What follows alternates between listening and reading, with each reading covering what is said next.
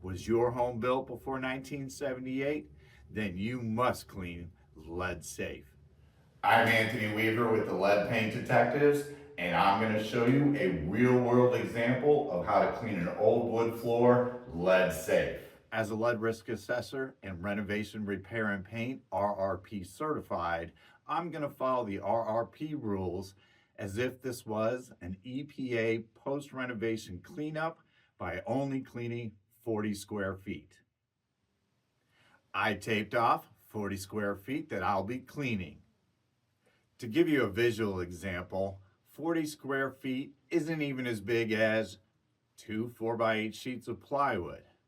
What this means is you'll be changing your mop heads frequently to make sure you're picking up all the lead dust. I will also be using Lumetallix Instant Lead Detection test to see if I cleaned up lead safe. Whenever you're cleaning lead safe, make sure to wear disposable gloves. I won't be using a string mop head to clean this floor lead safe.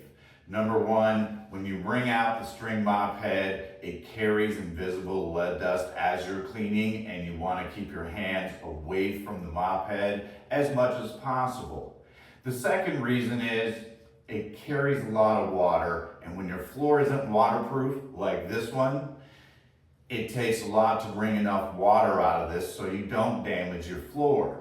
A lot of extra water will damage your floor, so instead, use a flat mop head like this and you can clean lead safe. The one thing you want to stay away from is old school scrubbing. You don't want to scrub your floor back and forth like this, nor do you want to scrub the floor on the edge like this. This could embed lead dust into your floor and cause you more problems. Before I clean, I want to see if I have a lead dust issue. I'm using Lumetallix reagent spray to test the floor in 2 places before I clean. Using the UV light, I look for glowing green. Although the floor is not highly contaminated, I found lead dust. In another area, underneath the electrical outlet that had been worked on, I found more lead dust.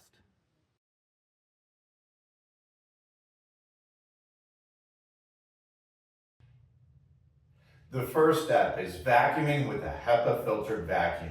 HEPA stands for High Efficient Particulate Air Filter on the vacuum.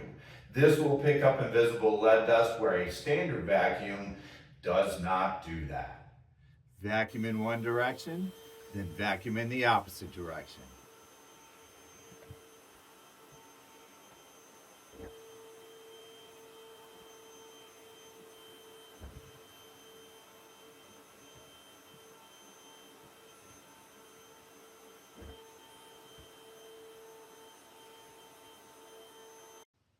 Mop in an S pattern in one direction, then I change disposable mop heads.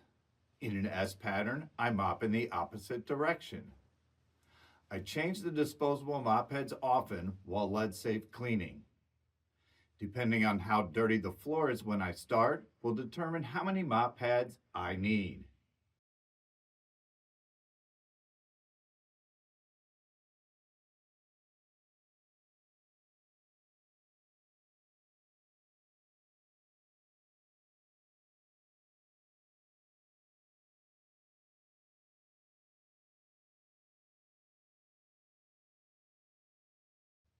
When I'm done mopping, I want the mop pad to be as clean as if I started with a fresh mop pad. I'm going to use a dry, electrostatically charged mop on a dry, clean surface. Make sure after you're done cleaning that the surface is dry because Lumetallix does react to water. With the electrostatically charged dry mop head, go over the area you just cleaned. You can already see the mop head is dirty. I didn't clean well enough, so I'm going to have to clean again. With Lumetallix, I can spray this surface and see if it turns green. Yep, there's lead dust. If I see glowing green, that means I need to re-clean mopping in an S pattern in opposite directions using different mop pads for each direction. Once I'm done cleaning, I test again with Lumetallix until nothing on the mop pad glows green. The goal of the job is to pick up invisible lead dust and get that floor cleaned lead safe. This way, if children are crawling around on the floor, put their hands in their mouth, they won't be ingesting invisible lead dust. Cleaning lead safe, it prevents lead poisoning. Visit the leadpaintdetectives.com for more lead safe videos and lead safe resources. Contact the Lead Paint Detectives through our website, phone, or email.